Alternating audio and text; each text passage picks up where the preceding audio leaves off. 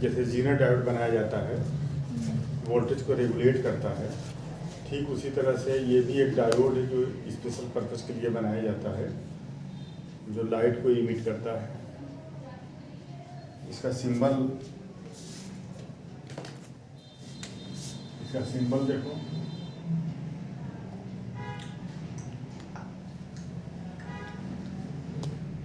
इसके ऊपर 2 एरो लगा देते हैं, ठीक। ये इसका सिंबल है, ये एनोड होता है और ये कैथोड होता है, ठीक। और ये पीएन जंक्शन होता है और ये हाईली डोप्ड होता है। क्या होता है? हाईली डोप्ड होता है। डोपिंग इसकी बहुत हैवी होती है, ठीक ना। तो अब मान लो ये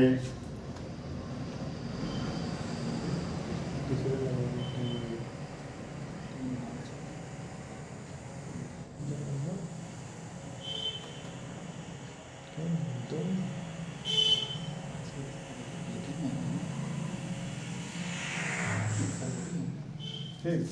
अब यहाँ देखो, मान लो ये P है और ये N है। तो ये जो फोटो इलेक्ट्रिक ये जो LED होता है, लाइट इमिटिंग डायोड, ये भी पीएन जंक्शन होता है, ठीक। ये पीएन जंक्शन होता है। यहाँ P टाइप क्रिस्टल में क्या होते हैं? मैग्नेटिक कैरियर होल्स होते हैं, और यहाँ क्या होते हैं? मैग्नेटिक कैरियर इलेक्ट्रॉन्स होते हैं। और मैग्नेटिक कैरियर क्या होते हैं? इसमें मैग्नेटिक कैरियर, इसमें इलेक्ट्रॉन होंगे और इसमें मैग्नेटिक कैरियर होल्स होंगे, कोटर, ठीक है।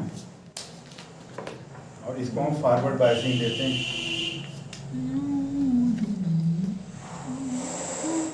क्या चल रहा है?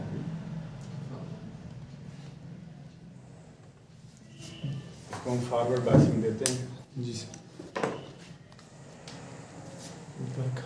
इसको हम क्या देंगे? इसको प्लस देंगे और इसको क्या देंगे? माइनस देंगे, जी सर। ठीक। फॉरवर्ड और इसमें क्या होगा? इसमें ये रियल है, real layer means potential barrier. हाँ, ये पोटेंशियल बैरियर।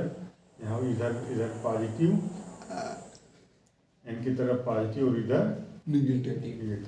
जैसे जैसे हम इसका वोल्टेज बढ़ाते जाते हैं, इसके पोटेंशियल बैरियर से ये वोल्टेज अगर ज़्यादा होता है, इसके बीच जो वोल्टेज अप्लाई हो रहा है फॉरवर्ड बायस में, इसके पोटेंशियल वोल्टेज से जब पोटेंशियल बैरियर के वोल्टेज से जब ज़्यादा होगा, पोटेंशियल बैरियर वोल्टेज इससे जब ज़्यादा होगा, इसको हिंदी में कहते हैं प्राचीर विभव। हिंदी में प्राचीर विभव कहते हैं, ठीक है। तो अब ये क्या होगा? धीरे धीरे ये जंक्शन छोटा होने लगेगा और एक स्टेज ऐसा आएगा कि जब इसका वोल्टेज पोटेंशियल, जब ये जो हम वोल्टेज जो अप्लाई कर रहे हैं पोटेंशियल बैरियर के बराबर हो जाएगा, तो ये कंडक्टर की तरह से ये बिहेव करेगा। लेयर गैप है ना, लेयर गायब हो जाएगी, रेजिस्टेंस गायब हो जाएगा, खत्म हो जाएगा, ठीक ना। रियल लेयर खत्म हो जाएगा और ये एक अच्छा कंडक्टर की तरह से ये बिहेव करने लगेगा। तो जब ये कंडक्टर की तरह से बिहेव करने लगेगा तो इसके अंदर करंट फ्लो होने लगेगी, ठीक ना। करंट कैसे फ्लो होगी? इलेक्ट्रॉन पुष्ट होंगे इधर और होल पुष्ट होंगे इधर। इलेक्ट्रॉन पर फोर्स लगेगा इस डायरेक्शन में, ठीक ना। होल इधर माइग्रेट करेंगे और इलेक्ट्रॉन इधर माइग्रेट करेंगे, ठीक। अब इसके बाद जो है देखिए इसकी थियरी क्या है, कैसे ये रोशनी, ये लाइट कैसे ये इमिट करने लगता है, ठीक। अब आपको ये पता है कि एक इलेक्ट्रॉन अगर वैलेंस बैंड में है, यहाँ देखो, इलेक्ट्रॉन अगर वैलेंस बैंड में है और ये एनर्जी गैप है और ये कंडक्शन बैंड है और ये वैलेंस बैंड है और ये एनर्जी गैप है, ठीक। तो वैलेंस बैंड के इलेक्ट्रॉनों को जब एनर्जी मिलेगी तो वैलेंस बैंड से इलेक्ट्रॉन निकल के कहाँ जाएंगे, कंडक्शन बैंड में जाएंगे। और जब वो इलेक्ट्रॉन कंडक्शन बैंड में चला जाएगा वैलेंस बैंड से कंडक्शन बैंड में, तो वो इलेक्ट्रॉन करंट को फ्लो करने लगेगा। इलेक्ट्रॉन फ्लो करने लगेगा, वो करंट को फ्लो कराएगा, ठीक, जिसको हम कहते हैं फ्री इलेक्ट्रॉन, जिसको हम कहते हैं फ्री इलेक्ट्रॉन। तो वैलेंस बैंड के इलेक्ट्रॉनों को कंडक्शन बैंड में जाने के लिए एनर्जी की ज़रूरत होती है। वैलेंस बैंड के इलेक्ट्रॉनों को कंडक्शन बैंड में जाने के लिए एनर्जी की ज़रूरत होती है। तो एनर्जी आप उसको देते हो, बात समझ में नहीं। अगर हम कंडक्शन बैंड के इलेक्ट्रॉन को वापस अगर हम वैलेंस बैंड में भेज दें, कंडक्शन बैंड के इलेक्ट्रॉन अगर वैलेंस बैंड में चले जाएं, जो इलेक्ट्रॉन फ्री हुआ था वैलेंस बैंड से तो कंडक्शन बैंड में गया, और कंडक्शन बैंड से फिर अगर वैलेंस बैंड में अगर इलेक्ट्रॉन चला जाए तो जो एनर्जी वो लिया था, जितनी एनर्जी वो ले करके कंडक्शन बैंड में गया था, उतनी एनर्जी वो क्या करेगा, रिलीज करेगा, वो इतनी एनर्जी रिलीज करेगा। बात समझ में आई? तो देखो यहाँ जैसे मान लो ये है, देखो ये इलेक्ट्रॉन है, ठीक, और ये इलेक्ट्रॉन ये वैलेंस बैंड में है। इसको आपने एनर्जी दिया, इसको आपने एनर्जी दिया, ठीक, एनर्जी ये एब्जॉर्ब करेगा, और एनर्जी एब्जॉर्ब करके ये इलेक्ट्रॉन मान लो निकल गया बाहर। तो जैसे ही ये इलेक्ट्रॉन बाहर निकलेगा, इसके अंदर एक होल क्रिएट हो जाएगा, इसके अंदर होल क्रिएट हो जाएगा। बात समझ में आई? इसके अंदर एक होल क्रिएट हो जाएगा। तो अब ये जो एनर्जी जो ये इलेक्ट्रॉन निकला है, एनर्जी इसने एब्जॉर्ब किया, इलेक्ट्रॉन बाहर निकला, ठीक। अब इसी को अगर रिवर्स कर दिया जाए, है ना, कि ये इसके अंदर ये होल्स है, क्रिएट हुआ है। अब हम अगर इलेक्ट्रॉन को अगर हम इसके अंदर डाल दें होल में, इलेक्ट्रॉन उस होल में जा करके अगर ड्रॉप कर जाए तो एनर्जी को वो रिलीज करेगा। जी सर, एनर्जी को वो रिलीज करेगा। बात समझ में? फोटोसिंथेसिस में क्या पढ़े हो? फोटोसिंथेसिस में पढ़े हो कार्बन डाइऑक्साइड और वाटर जब आपस में मिलते हैं, जब उनका सिंथेसिस होता है तो उनके सिंथेसिस के लिए एनर्जी की ज़रूरत पड़ती है। अब वो एनर्जी कहाँ से मिलती है? सन से मिलती है, ठीक। तो कार्बोहाइड्रेट बनता है, फिर उस कार्बोहाइड्रेट को जब हम खाते हैं और जब वो टूटता है वो, तो फिर जितनी एनर्जी वो सिंथेसिस के लिए जितनी एनर्जी उसने लिया है, अगर वो ब्रेक होगा तो उतनी एनर्जी क्या होगी? रिलीज होगी। जब वो टूटेगा, ब्रेक होगा तो वो एनर्जी रिलीज होती है उससे, कहाँ? सेल के अंदर ये काम होता है, ठीक। तो ये इतनी एनर्जी क्या की? इतनी एनर्जी ले करके इलेक्ट्रॉन बाहर निकला है। अब ये इलेक्ट्रॉन फिर अगर होल्स में अगर ड्रॉप कर जाए, अगर ये होल्स में चला जाए तो ये एनर्जी क्या होगा? इतनी एनर्जी ये रिलीज करेगा, इतनी एनर्जी ये रिलीज करेगा। बात समझ में आई? इतनी बात समझ में आ गई? इतनी एनर्जी ये रिलीज करेगा। अब देखो यहाँ पर अगर एनर्जी गैप अगर कम है, ये जो एनर्जी रिलीज करेगा यही फोटॉन है। क्या है? यही फोटॉन है। इस फोटॉन की एनर्जी कितनी होगी? h²। फोटॉन की एनर्जी h², ठीक। देखो ये जो एनर्जी जो रिलीज हो रही है वो एनर्जी कितनी होगी? He होगी, जहाँ H क्या है? कांस्टेंट है, इक्विवेलेंस कांस्टेंट। तो ये फ्रीक्वेंसी इक्वल टू हो जाएगा E/H। तो H तो कांस्टेंट है, H क्या है?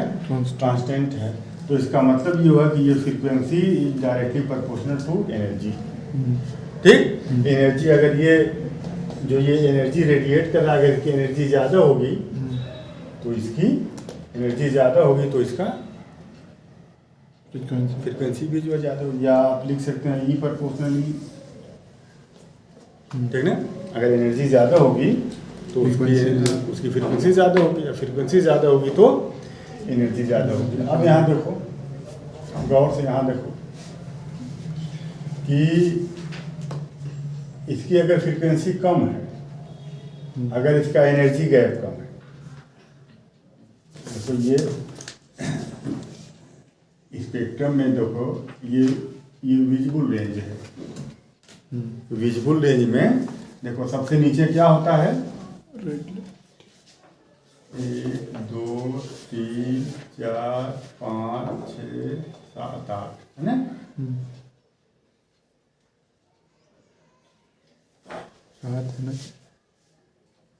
ठीक ना, ये हो गया। अब इसके ऊपर क्या होगा, इसके नीचे जो बैंड होगा वो इंफ्रारेड होगा। इसके नीचे का बैंड क्या होगा, इंफ्रारेड रे, और इसके नीचे अल्ट्रावायलेट।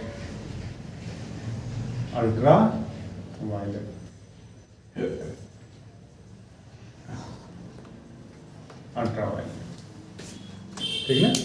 तो जैसे जैसे हम नीचे की तरफ बढ़ते हैं, ऊपर की तरफ जैसे जैसे बढ़ेंगे, फ्रीक्वेंसी क्या करती है, इंक्रीज करती है।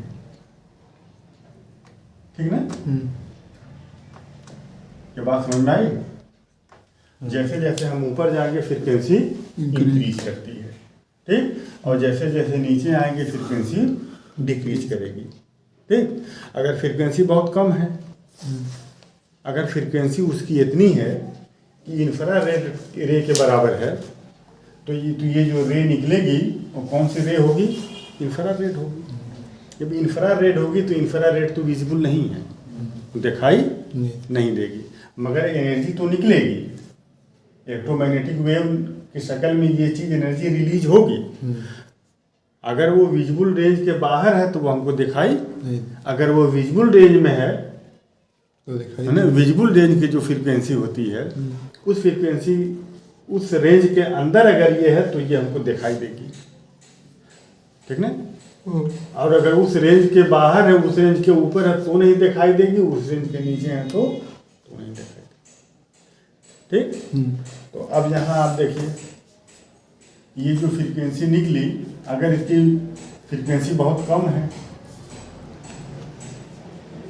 ठीक है, या हाँ, या इस तरह से देखो, यहाँ से ये एनर्जी गैप है। ये मान लो कंडक्शन बैंड में जो इलेक्ट्रॉन गए थे, मान लो ये एक ऐसा मटेरियल है जिसका एनर्जी गैप बहुत कम है, जिसका एनर्जी गैप बहुत कम है। मान लो सिलिकॉन है, सिलिकॉन का एनर्जी गैप कम होता है। ठीक, तो एनर्जी गैप अगर कम है तो कम ही एनर्जी लेकर के ये चला जाएगा कहाँ, इलेक्ट्रॉन। बोलो क्या हूँ, कंडक्शन बैंड में चला जाएगा। कम एनर्जी लेकर के चला जाएगा कंडक्शन बैंड में, उसने एनर्जी को कम एब्जॉर्ब किया। अब कंडक्शन बैंड से फिर अगर ये वैलेंस बैंड में अगर आएगा तो कम ही एनर्जी रिलीज करेगा। जब कम एनर्जी रिलीज करेगा तो उसकी फ्रीक्वेंसी क्या होगी, कम होगी, और उसकी जो है फ्रीक्वेंसी विजिबल रेंज से अगर कम है तो वो दिखाई नहीं देगी। ठीक, इंफ्रारेड रे देखो, ये विजिबल इंफ्रारेड रेज की जो फ्रीक्वेंसी विजिबल रेज से कम है। रिमोट कंट्रोल में जो एलईडी लगी होती है, लाइट इमिटिंग डायोड, वो जो रे निकाल रहा है वो इंफ्रारेड रे होती है। वो इंफ्रारेड रे होती है, दिखाई नहीं देती। दिखाई देती है क्या, मोबाइल कैमरे में दिखती, अभी ये इंफ्रारेड रे होती है। ठीक ना, इसकी फ्रीक्वेंसी कम होती है। अब ये बताओ कि अगर एनर्जी गैप अगर ज़्यादा है, मान लो एक ऐसा मटेरियल हमने लिया जिसका एनर्जी गैप ज़्यादा है, तो उसको, उसके इलेक्ट्रॉनों को वैलेंस बैंड से अगर कंडक्शन बैंड में अगर हम भेजेंगे तो वो एनर्जी एब्जॉर्ब करके चला जाएगा कंडक्शन बैंड में। जी।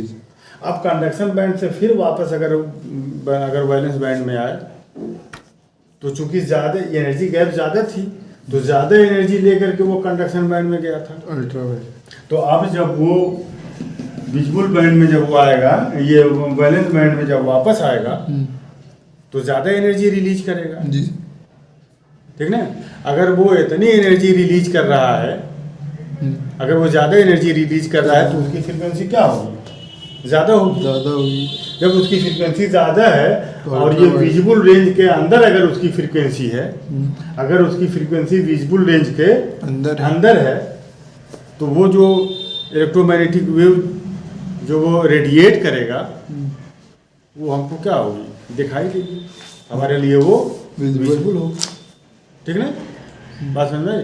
तो सेमी कंडक्टर डायोड हम ऐसे मटेरियल का हम बनाते हैं, ये जो सेमी कंडक्टर डायोड है ये ऐसे सेमी कंडक्टर का ऐसे मटेरियल का हम बनाते हैं जिसका एनर्जी गैप हाई होता है। ठीक ना, और इतना भी एनर्जी गैप उसका हाई ना हो कि वापस अगर वो वैलेंस बैंड में आए तो उसकी एनर्जी इतनी ज़्यादा एनर्जी वो रिलीज करे। जब एनर्जी बहुत ज़्यादा रिलीज करेगा तो फ्रीक्वेंसी हाई होगी।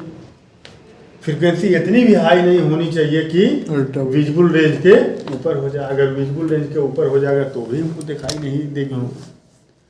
ठीक है, तो डायोड के लिए, फोटो एलईडी के लिए हम जो चॉइस करते हैं, ठीक ना, सेमीकंडक्टर मटेरियल जो चॉइस करते हैं वो इस तरह से हम चॉइस करते हैं कि कंडक्शन बैंड से वैलेंस बैंड में इलेक्ट्रॉन के आने पर वो कितनी एनर्जी रिलीज करे, वो जब एनर्जी रिलीज करे वो उतनी एनर्जी रिलीज करे कि उसकी जो फ्रीक्वेंसी है वो मैच करे विजिबल बैंड से। तो जब वो रेडिएट करेगा एनर्जी तो हमारे लिए वो विजिबल होगा, दिखाई देगा। सिलिकॉन से तुम नहीं बना सकते हो इसको, सिलिकॉन सेमीकंडक्टर से आप इसको नहीं बना सकते हैं कि इसलिए कि सिलिकॉन सेमीकंडक्टर का जो एनर्जी गैप होता है वो कम होता है। ठीक, तो जब एनर्जी गैप कम होता है तो वो कम एनर्जी रेडिएट करेगा, कंडक्शन बैंड से वैलेंस बैंड में आएगा तो जब कम एनर्जी रेडिएट करेगा तो फ्रीक्वेंसी कम होगी। फ्रीक्वेंसी जो कम होगी तो ये रेट से भी नीचे है, रेट की जितनी फ्रीक्वेंसी होती है उससे भी कम हो जाएगी तो वो विजिबल नहीं होगा। इतनी बात समझ में आई? तो अब यहाँ देखो, अब यहाँ से ये तो आपने इसको फॉरवर्ड बायस में ये क्या बन गया, बोलो? कंडक्ट। हाँ, अब ये जो कंडक्ट कराने लगेगा ये,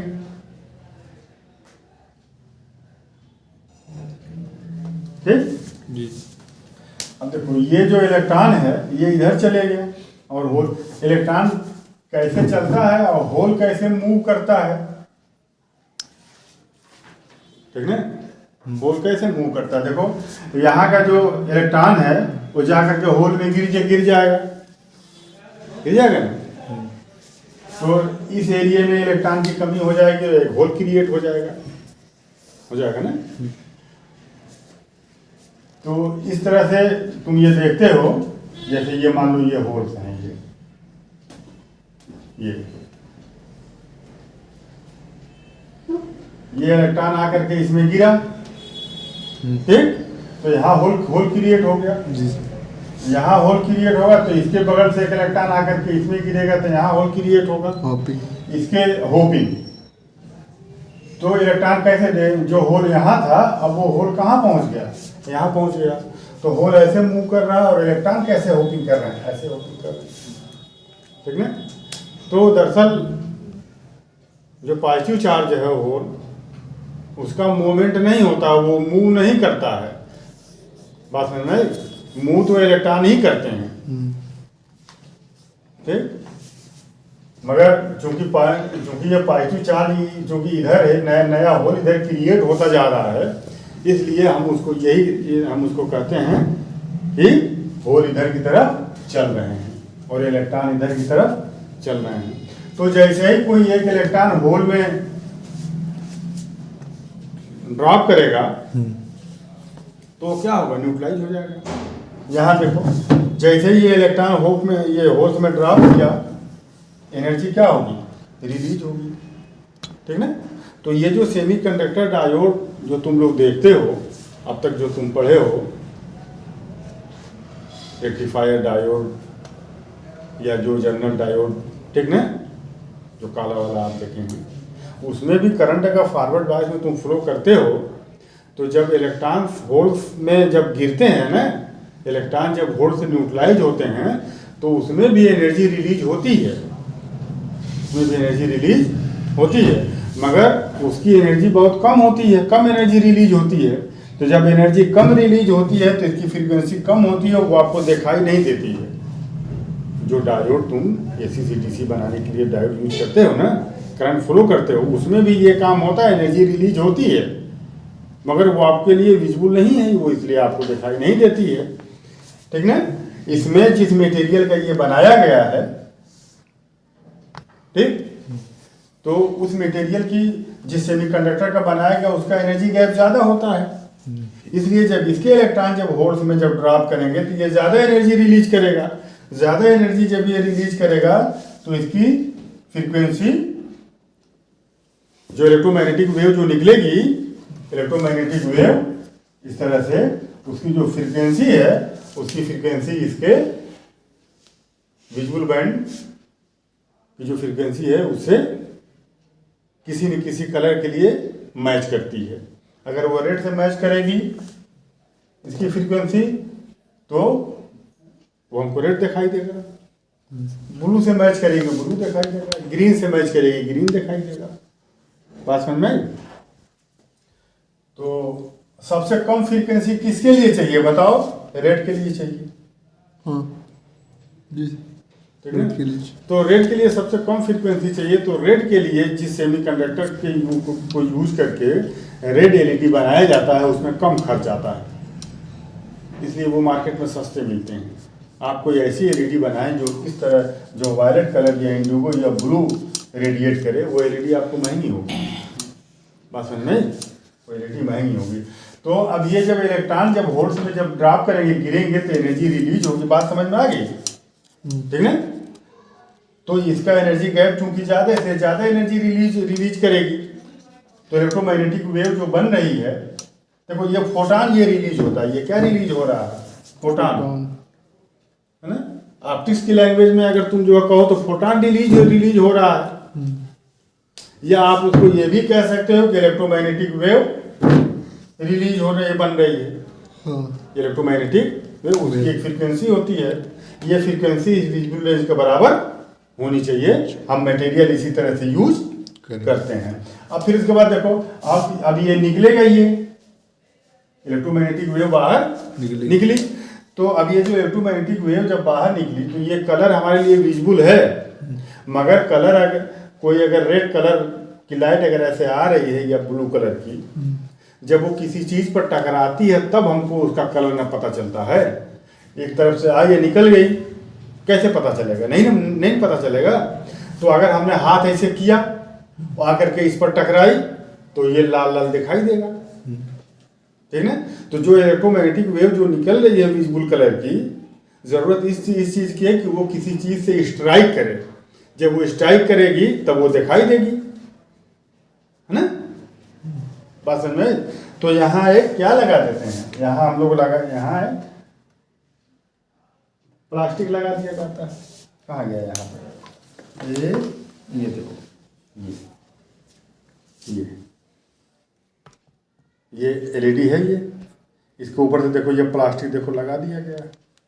अब इलेक्ट्रोमैग्नेटिक वेव इस प्लास्टिक से टकराएगी तो पूरा जिस कलर का ये एलईडी होगी वो कलर हमको दिखाई देने लगेगी। ये एलईडी है पीछे। बात समझ में? समझ गए? चलो ठीक हो गया ये, ठीक। तो अब ये देखो, अब ये इससे जा करके क्या होगी, इलेक्ट्रोमैग्नेटिक वेव इससे जाकर टकराएगी।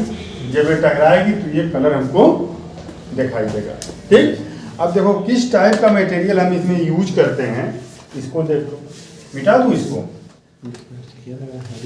देखो इसको किस टाइप का मटेरियल यूज किया जाता है, कंपाउंड सेमीकंडक्टर यूज। देखो पूछ रहा है कुछ क्या सर, वो प्लास्टिक हरी लगाए हैं, तो कोई भी कलर की लाइट जलेगी तो उसमें कैसे दिखाई देगा? नहीं, इसमें हरी है ना, इसमें ये हरा बना है ना, एलईडी जो है बिल्कुल वाइट कलर की भी आती है। हाँ, और जैसा कलर है वो रेडिएट करेगा वो सब दिखाई देता है। इसमें हरा थोड़ा सा देखने में अच्छा लगे उसके लिए ही बना दिया है, ठीक है। अगर ये हरे कलर की है, कोई दूसरा अगर ये कलर रेडिएट करे तो हरे के साथ मिल करके जो कोई और कलर बन जाएगा ये, जी ठीक ना।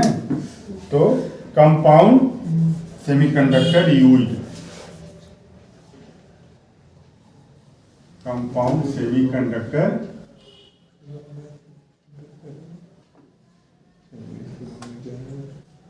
यूज। अब जो कंपाउंड सेमीकंडक्टर जो यूज होता है वो gallium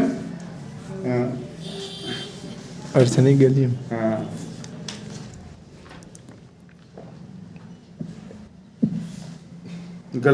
gallium arsenide, gallium arsenide, gallium arsenide, ठीक है। गैलियम आर्सेनाइड फास्फाइड,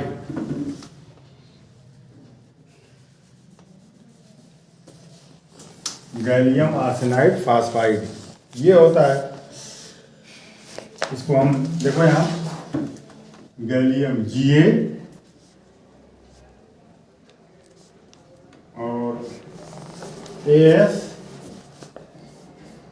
और फास्फाइड देखो ये X है और ये 1 - X, ये इसका कॉम्बिनेशन होता है, ये इसका कॉम्बिनेशन होता है, बता रहे हैं, ठीक। इस तरह से जो है गैलियम आर्सेनाइड और फास्फाइड जो बनाया जाता है वो कई तरह से जो बनता है, ठीक ना। एक इसका है देखो Ga As P और P देखो इसका जो रेशियो, इसका रेशियो देखो क्या है, ये 0.4, ये कितना होगा, ये 1 - X की जगह 0.4 कर दो तो 1 - 0.4 कितना होगा, 0.6 होगा ना, तो ये होगा 0.6। ये एक तरह का है, ये इस तरह, ठीक ना। इसका जो एनर्जी गैप होता है, ये एनर्जी गैप 1.9 इलेक्ट्रॉन वोल्ट होता है, जो एनर्जी गैप होता है 1.9 इलेक्ट्रॉन वोल्ट होता है, ठीक। और एनर्जी गैप विजिबल के लिए हमें 1.8 इलेक्ट्रॉन वोल्ट से 3 इलेक्ट्रॉन वोल्ट के बीच में होना चाहिए। 1.8 इलेक्ट्रॉन वोल्ट से 3 इलेक्ट्रॉन वोल्ट के बीच में अगर एनर्जी गैप है तो वो हमको दिखाई देगा, लाइट दिखाई देगा। जो इलेक्ट्रोमैग्नेटिक वेव है वो हमको हमारे लिए विजिबल होगी। इतना इलेक्ट्रॉन इसके बीच में होना चाहिए। तो देखो 1.9 इलेक्ट्रॉन वोल्ट है, 1.9 इलेक्ट्रॉन वोल्ट है, ठीक ना। तो आप देखो यहाँ देखो इधर 1.9 इलेक्ट्रॉन वोल्ट 1.88 इलेक्ट्रॉन वोल्ट से थोड़ा ही ज्यादा है, ठीक। ऑरेंज इसका मतलब कि वो रेड दिखाई देगा, रेड कलर का ये दिखाई देगा, है ना। तो ये कौन सा कलर दिखाई देगा, ये रेड, ये रेड दिखाई देगा। अब ये जो कलर है यहाँ देखो, इस कलर को हम जो ये 1.9 इलेक्ट्रॉन वोल्ट ये इसका है, Ga 0.6 और P 0.4 गैलियम आर्सेनाइड फास्फाइड में ये। अगर हम इसको बदल देंगे, इसका रेशियो क्या करेंगे, बदल देंगे तो एनर्जी गैप भी क्या होगा, बदल जाएगा, ठीक। तो मान लो एनर्जी गैप अगर इसको बढ़ा दें, हम इसको रेशियो को बदल करके एनर्जी गैप अगर हम बढ़ा दें, बढ़ाते चले जाएं, हाँ। तो रेड का ऑरेंज कलर के लिए एलईडी बन जाएगी, येलो कलर के लिए बन जाएगी, ग्रीन कलर के लिए बन जाएगी, ब्लू कलर के लिए बन जाएगी। इस तरह से इसको इसका और इसका इसके रेशियो के ऊपर ये डिपेंड करता है। बात समझ में आई? तो अब देखो अगर हम इसमें से फास्फाइड अगर हम हटा दें, ठीक, तो क्या बचेगा, गैलियम आर्सेनाइड बचेगा। तो इसकी जो एनर्जी है और कम हो जाएगी, ये जो एनर्जी रेडिएट करेगा और कम हो जाएगी, ठीक, इसका एनर्जी गैप और कम होगा, तो कम एनर्जी रेडिएट करेगा। तो ये जब जो एनर्जी रेडिएट करेगा तो वो infrared होगा। रेड वाले रीजन से नीचे होगी, इंफ्रारेड विजिबल रेंज से नीचे। नीचे होगी। तो इंफ्रारेड रिमोट कंट्रोल में जो यूज होती होता है इंफ्रारेड रेस। यूज होगा। बात समझ में? तो अब इतना बस, ठीक। कल इस पर बात होगी, लाइट एमिटिंग डायोड पर थोड़ा और बात होगी कि इसके एडवांटेज क्या हैं और इसके यूजेज क्या हैं। बात समझ में? इसके यूजेज क्या हैं और इसके एडवांटेज क्या हैं। समझ में आ गया अच्छी तरह से?